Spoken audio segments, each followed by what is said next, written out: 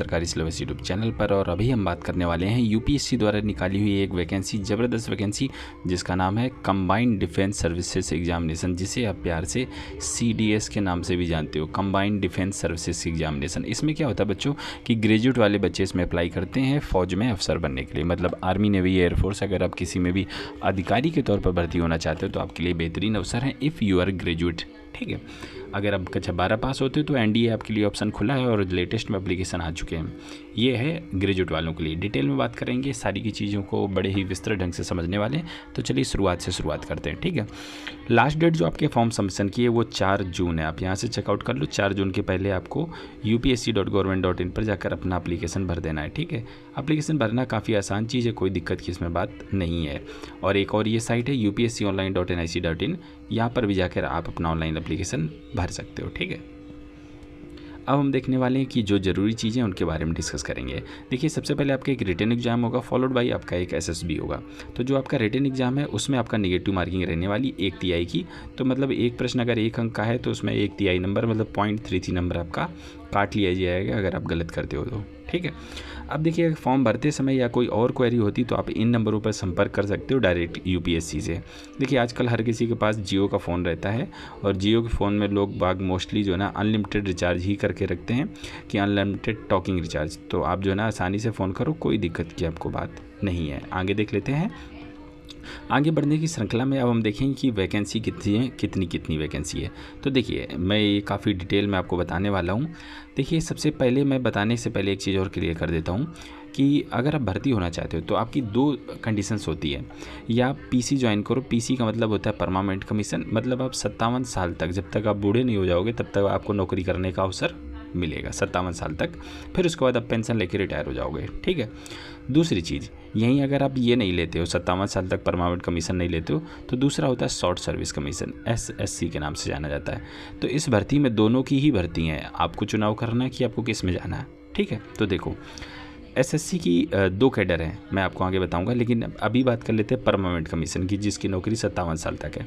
वो बच्चों कुछ ऐसा है कि आप अगर Indian military academy IMA direct join कर रहे हो, ठीक है, जिसमें 13 वैकेंसी हैं NCC C सर्टिफिकेट होल्डर के लिए। अगर आपने आर्मी विंग से NCC का C सर्टिफिकेट लिया है तो डायरेक्ट 13 वैकेंसी उनके लिए रिजर्व है। बाकी वैकेंसी जो है ना विदाउट NCC वाले बच्चों के लिए है। ये टोटल वैकेंसी हो जाती है 100। ये होता है परमानेंट कमीशन आपको। ठीक है, IMA आप ज्वाइन कर रहे हो, परमानेंट कमीशन आपका रहेगा 57 साल तक की नौकरी। दूसरी चीज़, दूसरी वैकेंसी मैं आपको यहाँ से बताता हूँ कि इंडियन नेवल एकेडमी अगर आप ज्वाइन कर रहे हो, ठीक है, direct Indian naval academy join कर रहे हो, और NCC वालों के लिए भी 6 सीटें इसमें रिजर्व हैं और 32 सीटें टोटल जो है ना इंडियन नेवल एकेडमी इजिमाला के लिए हैं। ठीक है, नेवी ज्वाइन कर रहे हो अगर आप, तो ये भी आपका परमानेंट कमीशन है। तीसरी जो वैकेंसी है, अगर आप एयरफोर्स एकेडमी, जिसे आप AFA बोलते हो, AFA हैदराबाद अगर आप ज्वाइन करते हो, जिसमें NCC वालों की बहुत कम 3 वैकेंसी हैं, टोटल ऑल ओवर इंडिया की 32 वैकेंसी है नॉर्मल बच्चों के लिए। तो ये तीनों अगर आप ऊपर के ज्वाइन करते हो, जो मैंने IMA बताया, इंडियन नेवल एकेडमी बताया और एयरफोर्स एकेडमी हैदराबाद, तो ये आपको परमानेंट कमीशन देते हैं, मतलब आप 57 साल तक नौकरी कर सकते हो। इसके बाद 2 और हैं, ये आप यहाँ से देखो। ये क्या है कि ऑफिसर्स ट्रेनिंग एकेडमी चेन्नई, जो कि मद्रास में पड़ता है, इसमें वैकेंसी है SSC मैन टेक। ठीक है, तो SSC मैन मतलब शॉर्ट सर्विस कमीशन में लड़कों की भर्ती, और नीचे यहीं अगर आप देखोगे तो शॉर्ट सर्विस कमीशन में लड़कियों की भर्ती सेम है, OTA चेन्नई। तो इसमें भी लड़कियों की ये शॉर्ट सर्विस कमीशन की भर्ती है। तो ये जो 4 और 5 नंबर वाली बच्चों हो गई, ये दोनों की दोनों ही आपकी जो है ना, ये 4 नंबर वाली और ये 5 नंबर वाली, ये जो दोनों भर्ती हैं ये आपकी शॉर्ट सर्विस कमीशन की है। मतलब आपकी 10 साल की शुरुआत में नौकरी होगी, 10 साल की नौकरी होगी, फिर 2 साल और बढ़ जाएगा, और अच्छा काम करोगे तो 2 साल और बढ़ जाएगा, लेकिन 14 साल से ज़्यादा आपकी नौकरी नहीं बढ़ सकती, यहीं से आपको रिटायरमेंट लेना पड़ेगा। ठीक है, इसमें पेंशन वगैरह बाकी चीज़ें कुछ नहीं रहती हैं। ठीक है, तो इन दोनों में वैकेंसी आप देखोगे तो इसमें भरमार वैकेंसी क्यों भी है, क्योंकि जो है ना ये शॉर्ट सर्विस कमीशन आजकल योजना ही ऐसी चल रही है कि सबको अग्निवीर बना दिया जाए। ठीक है, तो 276 इसमें वैकेंसी है, सबसे ज़्यादा वैकेंसी इसमें IMA वगैरह हर चीज़ की तुलना में।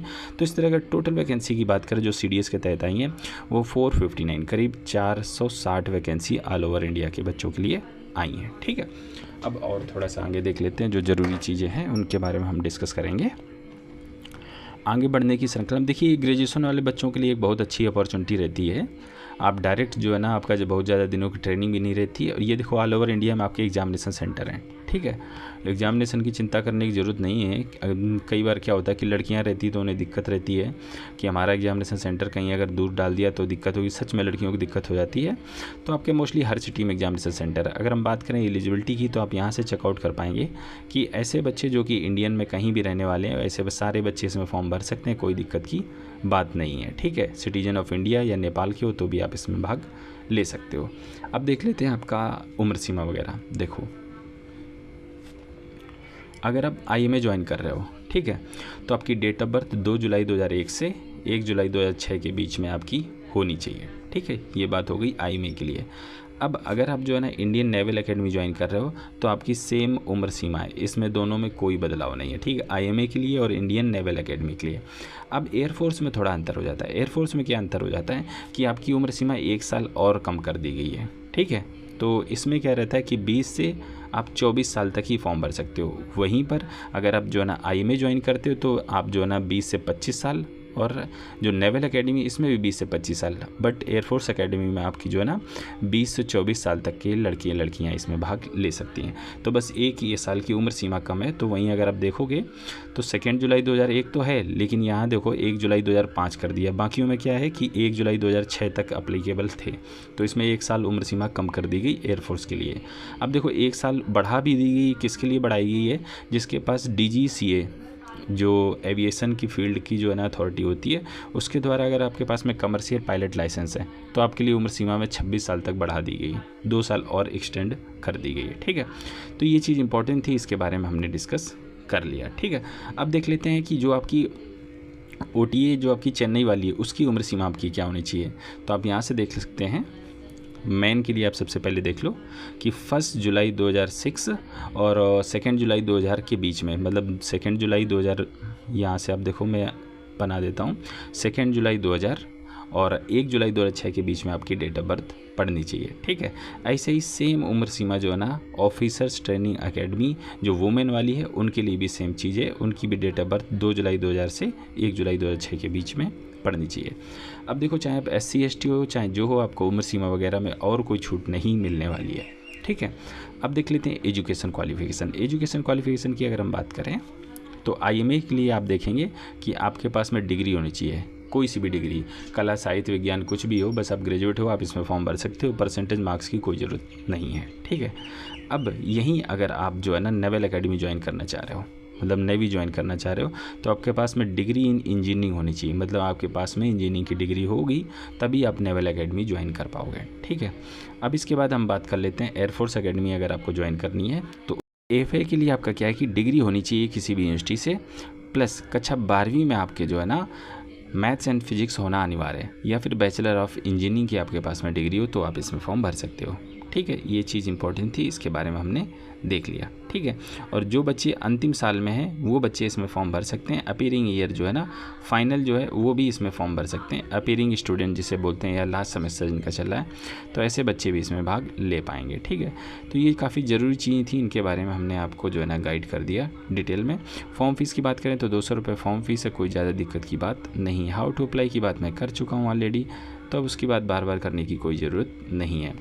अब आपको लेके चलते हैं थोड़ा सा, हम सिलेक्शन प्रोसीजर वगैरह भी बता देते हैं, रिटन एग्ज़ाम वगैरह में क्या क्या रहेगा। ठीक है, उसके बाद आपका देखिए सिलेक्शन प्रोसीजर की बात करूं तो रिटन एग्ज़ाम होगा और उसके बाद आपका एक SSB होगा, दोनों के नंबर जोड़कर मेरिट लिस्ट बनाई जाएगी। ठीक है, अब देखेंगे रिटन एग्ज़ाम में आपका क्या रहने वाला है। तो सबसे पहले हम देख लेते हैं कि अगर आप IMA ज्वाइन करते हो या इंडियन नेवल एकेडमी ज्वाइन करते हो या एयरफोर्स एकेडमी ज्वाइन करते हो तो क्या क्या चीज़ें पूछी जाएंगी। तो सबसे 3 चीज़ें आपकी पूछी जाने वाली है। कौन कौन सी, आप यहाँ से देखो।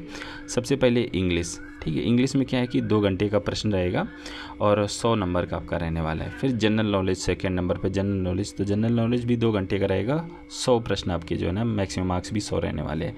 फिर इसके बाद एलिमेंट्री मैथमेटिक्स, ये कक्षा 10 के स्तर की रहेगी, आसान सी रहेगी, कोई दिक्कत की बात नहीं, 100 प्रश्न इसके भी रहने वाले हैं।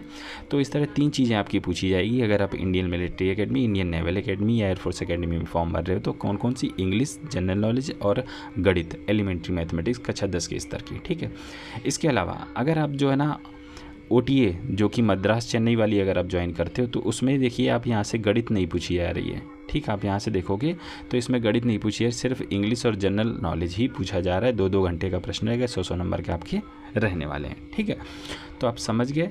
तो IMA के लिए, नेवल एकेडमी और एयरफोर्स एकेडमी के लिए रिटन एग्जाम हो गया 300 नंबर का, और जो है ना OTA वालों के लिए हो गया रिटन एग्जाम 200 नंबर का। ठीक है, अब देखो कि जो OTA वाले रहते हैं बच्चों, OTA वालों के लिए जो इंटरव्यू रहता है वो 200 नंबर का रहता है। इसके अलावा Indian military academy, air force academy और नेवल एकेडमी के लिए जो इंटरव्यू रहते हैं वो क्रमशः 300 नंबर के रहते हैं। ठीक है, तो ये आपका इंटरव्यू मतलब SSB और रिटन एग्जाम दोनों के नंबर जोड़कर आपकी मेरिट लिस्ट बना दी जाएगी।